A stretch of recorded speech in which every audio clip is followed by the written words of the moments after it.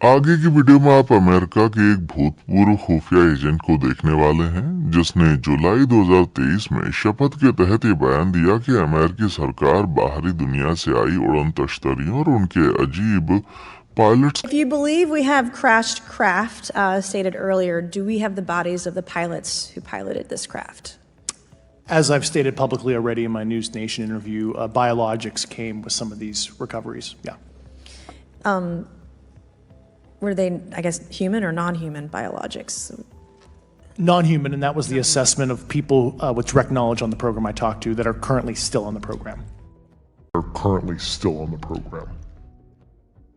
जी नहीं, आपने कुछ गलत नहीं सुना। कई दूसरे अधिकारियों की तरह यूनाइटेड स्टेट्स एयरफोर्स के ऑफिसर और खुफिया एजेंट डेविड ग्रश सचमुच दावा कर रहे हैं कि हम इस ब्रह्मांड में अकेले नहीं और अमेरिकी सरकार इस मामले से जुड़े कई बड़े राज सालों से दुनिया भर से छिपाती आई है। क्या एलियन सचमुच हमारी धरती पर आते रहते हैं और हमारी निगरानी करते हैं?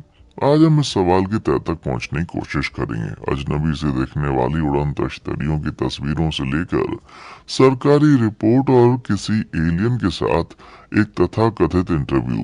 आज हम देखेंगे इन हरे प्राणियों की मौजूदगी साबित करने वाले अब तक के कुछ सबसे ठोस सबूत।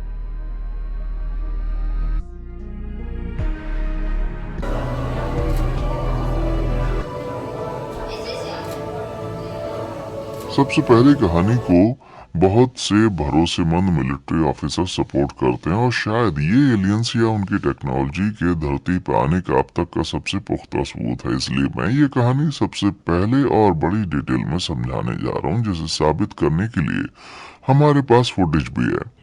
किस्सा कुछ ऐसा है। अमेरिकी युद्धपोत यूएसएस निमित्ज के नेतृत्व में एक नेवल अटैक ग्रुप 2004 के अंत में मैक्सिको के उत्तर पश्चिमी तट पर तैनाती से पहले के कुछ अभ्यास कर रहा था। 10 नवंबर को यूएसएस प्रिंसटन के रडार को सैन क्लेमेंटे आइलैंड के पास कुछ अजीब से सिग्नल प्राप्त हुए। ये सिग्नल उस जमाने के किसी भी प्लेन की तरह नहीं लग रहे थे और एक साथ 5 से 10 के ग्रुप्स में नजर आ रहे थे। रडार सिस्टम के सीनियर ऑपरेटर के पास इन सिस्टम के साथ काम करने का लगभग 2 दशक का अनुभव था और घटना के समय वे शिप पर रडार सिस्टम के एक्सपर्ट थे, पर वे भी हैरान थे कि आखिर ये हो क्या रहा है। सिस्टम में किसी गड़बड़ी के अंदेशे से उन्होंने हाल ही में अपग्रेड किए गए SPY-1 रडार को ऑफ करके फिर से कैलिब्रेट किया, लेकिन सभी दंग रह गए जब ऐसा करने से रडार के वो अजीब से सिग्नल और स्ट्रॉन्ग हो गए। उन्होंने प्रत्यक्ष तौर पर देखा कि उनके टारगेट कैसे फिजिक्स को मात देने वाले करतब कर रहे थे। उदाहरण के लिए वे इतनी तेजी से उड़ रहे थे कि कोई पक्षी नहीं हो सकते थे, पर किसी पारंपरिक विमान के मुकाबले बहुत ही स्लो थे और कई बार तो महज कुछ क्षणों में अंतरिक्ष से समुद्र तल तक उतर आते थे। कल्पना कीजिए आपका प्लेन मात्र कुछ ही सेकंड में 20,000 मीटर से ज्यादा नीचे गिरने लगे तो कितने जबरदस्त झटके लगेंगे। या फिर वो यान घंटों तक वहीं मंडराते रहे और ये सब कई दिनों तक चलता रहा। जब भी ऐसा होता तो चालक दल अपने हवाई पावर्ड दूरबीन के जरिए इन छोटी डिस्कस को दूर क्षितिज पर अजीबोगरीब हरकतें करते हुए देखते। फिर 14 नवंबर की सुबह कुछ बहुत ही असाधारण घटा। स्ट्राइक फाइटर स्क्वाड्रन 41 ने एयरक्राफ्ट कैरियर से एक रूटीन ट्रेनिंग मिशन के लिए उड़ान भरी। तभी अचानक से रहस्यमय रडार ट्रैक फिर से नजर आने लगा। लेफ्टिनेंट डगलस कर्थ को दक्षिण की तरफ से आने वाले इस अज्ञात टारगेट की पड़ताल करने का ऑर्डर दिया गया। जब वे टारगेट की लोकेशन के पास पहुंचे तो उन्होंने पाया कि पानी में कुछ उथल पुथल हो रही थी और उनकी माने तो सतह के ठीक नीचे कुछ डूबा हुआ था, जिसे देखकर उन्हें सतह के ठीक नीचे मौजूद किसी पनडुब्बी का ख्याल आया। जहाजों के इस हमलावर समूह में यूएसएस लुइसविल नामक एक परमाणु पनडुब्बी शामिल थी जो आसपास के क्षेत्र में थी, इसलिए पानी में अशांति का कारण वो हो सकती थी। लेकिन बाद में जो देखा गया वो इसका असंभव बनाता है। असल में कर्थ के साथ 2 अन्य लड़ाकू विमान शामिल थे जिनमें 2 पिलोट सवार थे, जिसका नेतृत्व कमांडर डेविड फ्रावर कर रहे थे। फ्रावर ने समुद्र के पानी में वो उथल देखने का दावा किया और बताया कि उसका आकार पनडुब्बी से कहीं ज्यादा बड़ा था।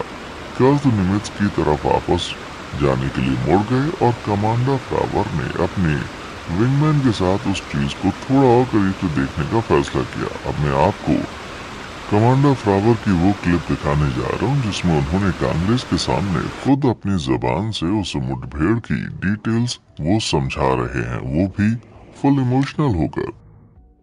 We arrived at the location at approximately 20,000 feet in a controller called merge plot, which means that our radar blip was now in the same resolution cell as the contact. As we looked around, we noticed that we saw some whitewater off our right side. It's important to note that the weather on this day was as close to perfect as you could ask for off the coast of San Diego. Clear skies, light winds, calm seas, no whitecaps from waves, so the whitewater stood out in a large blue ocean. All four of us, because we were in F-18Fs, so we had pilots and Wizzo in the back seat, looked down a small, saw a white tic-tac object with a longitudinal axis pointing north-south and moving very abruptly over the water like a ping-pong ball. There were no rotors, no rotor wash, or any sign of visible control surfaces like wings. As we started clockwise towards the object, my Wizzo and I decided to go down and take a closer look with the other aircraft staying at high cover to observe both us and the tic-tac. We proceeded around the circle about 90 degrees from the start of our descent, and the object suddenly shifted its longitudinal axis, aligned it with my aircraft, and began to climb. We continued down another 270 degrees nose low where the tic-tac, or we considered 270 degrees to where, and we went nose low to where the tic-tac would have been.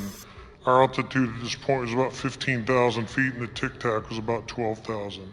As we pulled nose onto the object, within about a half mile of it, it rapidly accelerated in front of us and disappeared. Our wingmen, roughly 8,000 feet above us, lost contact also. We immediately turned back to see where the whitewater was at, and it was gone also. So as you started to turn back towards the east, the controller came up and said, "Sir, you're not going to believe this, but that thing is at your cat point roughly 60 miles away in less than a minute." You can calculate the speed. We returned to Nimitz. We were taking off our gear. We were talking to one of my crews that was getting ready to launch. We mentioned it to him. And they went out and luckily got the video that you see, that 90-second video. जैसे commander flowers का समूह विमान वाहक पोत पर पहुंचा, उन्होंने उड़ान भरने वाले अगले दस्ते को सारा मामला बताया और होशियार रहने के लिए कहा। उड़ान भरने वाला दल एक बेहद उन्नत इंफ्रारेड टारगेटिंग कैमरा सिस्टम से लैस था, जिसे पायलट के पीछे बैठे weapon system operator Chad Underwood control कर रहे थे। क्या हम एक सेकंड के लिए उस नाम की सराहना कर सकते हैं?